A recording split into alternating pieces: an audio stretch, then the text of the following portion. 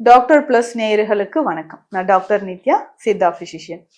நம்ம ரத்தத்துல கழிவுகள் இருக்கு அப்படின்னா, அதாவது டாக்ஸின்ஸ், இன்றைய காலகட்டத்துல இந்த பிளட் பியூரிஃபையரை தேடி தான் நம்ம எல்லாருமே அலைஞ்சிட்டு இருக்கோம். எது சாப்பிட்டா என்னுடைய பிளட் வந்து பியூரிஃபை ஆகும், நம்ம பிளட்ல இருக்கக்கூடிய டாக்ஸின்ஸை எப்படி ரிமூவ் பண்றது, இந்த மாதிரியான நிறைய கேள்விகள் தேடல்கள் இருந்துகிட்டே இருக்கும். ரொம்ப ஈஸியா நம்ம எப்படி பிளட்டை பியூரிஃபை பண்றது. ஸோ இப்போ நான் சொல்லக்கூடிய இந்த மாதிரி இந்த சிம்டம்ஸ் எல்லாம் இருந்ததுன்னா நிச்சயமா நம்ம பிளட்ல நிறைய டாக்ஸின்ஸ் இருக்குன்றத நம்ம தெரிஞ்சுக்கலாம். அதற்கு ஏற்ற என்னென்ன சிகிச்சை முறைகளும் இல்லை ரொம்ப ஈஸியா நம்ம ஃபாலோ பண்ணக்கூடிய சில வழிமுறைகளும் நான் சொல்றேன். அதற்கான சித்த மருந்துகள் என்ன இருக்குன்னு நம்ம பார்க்கலாம். இப்போ முதல்ல நம்ம பிளட்ல நிறைய டாக்ஸின்ஸ் இருக்குன்னா நமக்கு என்ன அறிகுறி தெரியும்னா, ஸ்கின்ல ஃபர்ஸ்டே நமக்கு தெரிஞ்சிடும். நிறைய பேருக்கு பார்த்தோம்னா ஸ்கின்ல அங்கங்க மருக்கள் வருது, வாட்ஸ் அப்படின்னு சொல்லுவோம். மரு பிரச்சனை வந்து நிறைய பேருக்கு ஏற்படும். ஸோ இந்த வாட்ஸ் வந்து ஏற்படுறதுக்கு காரணம் ஒன்று பிளட்ல நிறைய டாக்ஸின்ஸ் இருந்தா ஏற்படும். அடுத்ததா வந்து பார்த்தோம்னா ஹார்மோன் இம்பேலன்ஸ் இருந்தாலும் வாட்ஸ் ஏற்படும். அதே மாதிரி சருமத்துல கருமை நிற திட்டுக்கள் அங்கங்க ஏற்படுறத நம்ம பார்க்குறோம்.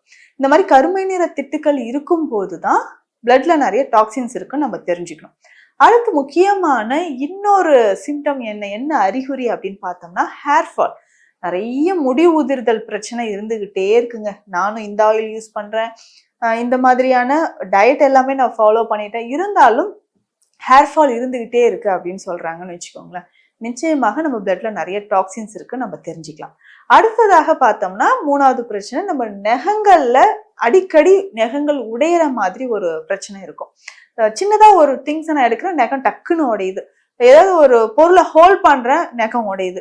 வளர்ந்துகிட்டே வரும்போது பேப்பர் மாதிரி ஆயிடுச்சுங்க நகம். அதுல வரை நிறைய டாட்ஸ் இருக்கு, பிளாக் கலர்ல கருமை நிற கோடு இருக்கு, அந்த மாதிரி வெள்ளை வெள்ளையா புள்ளிகள் இருக்குன்னா நிச்சயமாக நம்ம ரத்தத்துல நிறைய டாக்ஸின்ஸ் இருக்கு அப்படின்னு அர்த்தம். இப்போ டாக்ஸின்ஸ் இருந்தா நம்மளுக்கு இந்த மாதிரி பிரச்சனைகள், நகங்கள்ல பிரச்சனைகள் ஏற்படுது.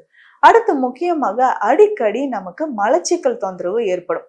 இந்த மலச்சிக்கல் அப்படின்னு சொல்றது என்னன்னா, இந்த டாக்ஸின்ஸ் இருக்கிறதுனால எப்படி மலச்சிக்கல் ஏற்படுது அப்படின்னு பார்த்தோம்னா, நிறைய பேருக்கு டாக்ஸின்ஸ் இருக்கிறதுனால அந்த அப்சார்ப்ஷன் சரியா நடக்காது. குடல் பகுதியில அப்சார்ப்ஷன் நடக்காமல் இருக்கும்.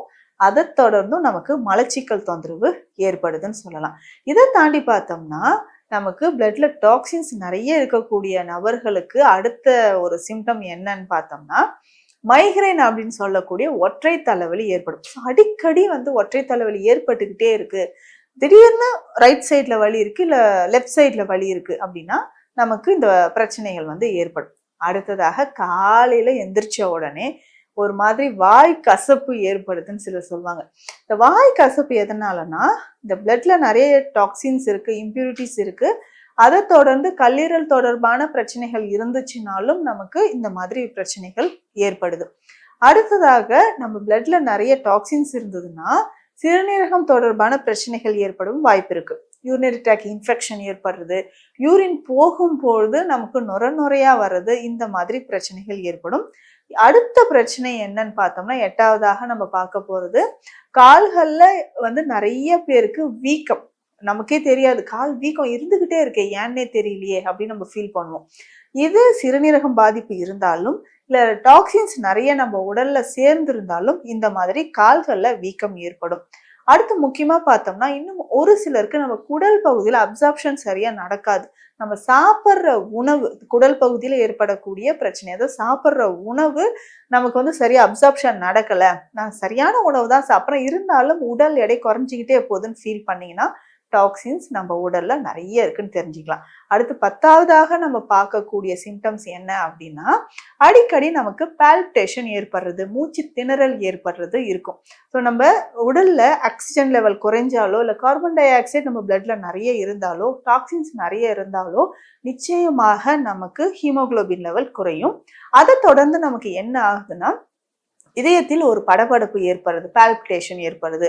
கொஞ்சம் தூரம் நடந்தாலே டம்மு டம்முன்னு எனக்கு சவுண்ட் அப்படி கேட்குதுங்க அப்படின்னு சொல்லுவாங்க, அந்த இதய துடிப்பு. ஸோ இந்த மாதிரியான இந்த பிரச்சனைகள் நான் சொன்ன இந்த சிம்டம்ஸ் இருந்ததுன்னா நிச்சயமா நம்ம ரத்தத்தில் நிறைய டாக்ஸின்ஸ் இருக்கு அப்படின்னு நம்ம தெரிஞ்சுக்கணும். பேசிக்கா பல நோய்களுக்கு காரணமா இருக்கிறது நம்ம ரத்தத்துல வந்து டாக்ஸின்ஸ் நிறைய இருக்கிறது தான். அப்ப பிளட்ல இருக்கக்கூடிய இந்த டாக்ஸின்ஸை நம்ம எப்படி ரிமூவ் பண்ணலாம்? ஈஸியா அப்போ இதயம் தொடர்பான பிரச்சனை இருக்கிறவங்க பிளட் தின்னர் டேப்லெட்ஸ் எல்லாம் எடுத்துப்பீங்க. ஸோ அந்த மாதிரி இயற்கையான நேச்சுரல் பிளட் தின்னர்ஸ் என்ன இருக்கு? நம்ம பிளட்ல எப்படி பியூரிஃபை பண்ணலாம்? இதுக்கு முக்கியமாக சில மூலிகைகள் நம்ம வீட்டில் அன்றாடம் பயன்படுத்தக்கூடிய மூலிகைகளை வச்சு தினமும் இதை குடிச்சிட்டு வந்தோம்னா கிட்டத்தட்ட நமக்கு குடிக்க குடிக்க ஒரு 30 to 40 நாட்கள்லயே நல்ல ஒரு வித்தியாசம் நமக்கு தெரியும். என்ன வித்தியாசம் தெரியும் பார்த்தோம்னா, பாடி வந்து லைட்டா லேசான மாதிரி ஒரு ஃபீல் இருக்கும். ஈஸியா டைஜஷன் ஆகுது, நான் நல்லா ப்ரீத் பண்றேன், பிளட் சுகர் லெவல் கண்ட்ரோல் ஆகுது, ஈஸியா எனக்கு மோஷன் போற மாதிரி இருக்கு, நல்லாவே நான் மலச்சிக்கல் இல்லாம இருக்கிறேன், நடக்கும்போது உடல் வந்து ரொம்ப லேசா இருக்கு, நீண்ட தூரம் என்னால நடக்க முடியுது.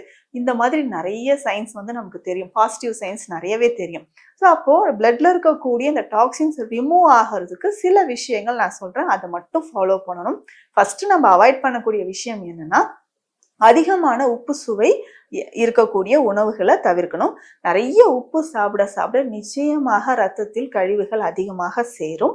அவுட் சைட் ஃபுட் சாப்பிட்றத குறைச்சிக்கோங்க. வெளியில நம்ம வந்து உணவுகள் எடுக்கிறோம், இல்லை ரெடிமேட் ஃபுட்ஸ் எடுக்கிறோம்னா டோட்டலா அதை வந்து அவாய்ட் பண்ணிக்கணும். முக்கியமாக இந்த ப்ரிசர்வேட்டிவ்ஸ், பதப்படுத்தப்பட்ட உணவுகளை சாப்பிட்றதையும் நம்ம குறைச்சிக்கணும். ஸோ இந்த மாதிரியான உணவு முறைகளை நம்ம ஃபாலோ பண்ணும்போது நிச்சயமாக நம்ம ரத்தத்தில் இருக்கக்கூடிய கழிவுகள் வெளியேறும். அதிகமான புளிப்பு சுவை இருக்கக்கூடிய உணவுகள், முக்கியமா புளியை வந்து அவாய்ட் பண்ணாலே போதும், ரத்தம் வந்து சுத்தமாகும். ஏன்னா நம்ம பெரியவர்கள் கூட சொல்லி கேட்டிருப்பீங்க, புளி ரொம்ப சாப்பிடாத ரத்தம் சுண்டிடும் அப்படின்னு சொல்லுவாங்க.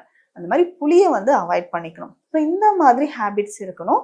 அடுத்தது காலையில ரொம்ப சிம்பிளா நம்ம ஃபாலோ பண்ணக்கூடிய சில விஷயம், அதாவது இந்த டீ மாதிரி நம்ம குடிச்சாலே போதும்.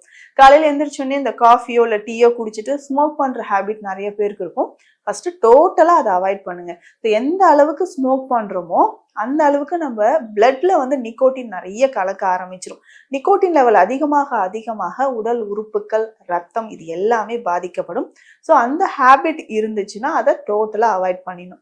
அப்ப நிக்கோட்டின், பிளட்ல இருக்கக்கூடிய நிக்கோட்டினும் வெளியில வரணும்னா நான் சொல்ற இந்த மெத்தடை ஃபாலோ பண்ண போதும். சித்த மருத்துவத்தில் நஞ்சு முறிவு சூரணம் அப்படின்னு ஒரு மெடிசன் இருக்கு.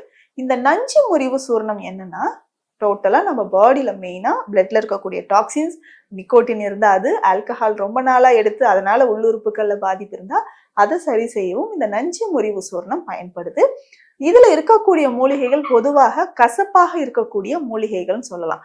இந்த கசப்பாக இருக்கக்கூடிய மூலிகைகள் சேர்ந்த இந்த நஞ்சு முறிவு சூரணத்தை ஒரு 1/2 ஸ்பூன் எடுத்து வெந்நீர்ல போட்டு தினமும் காலையில குடிக்கணும். ஸோ காலை இரவு 2 வேளையும் நம்ம வந்து ஒரு 1/2 ஸ்பூன் நம்ம குடிச்சுக்கிட்டே வந்தோம்னா ரத்தத்தில் இருக்கக்கூடிய கழிவுகள் குறைய ஆரம்பிக்கும்.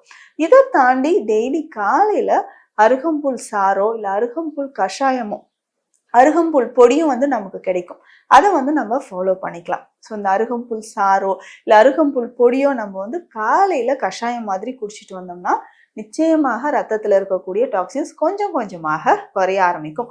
அதுக்கப்புறம் நம்ம பாடியில வந்து இருக்கக்கூடிய அந்த நான் சொன்ன இந்த 10 வகையான சைன்ஸ் வந்து நமக்கு அந்த சிம்டம்ஸ் வந்து குறைய ஆரம்பிச்சிடும்.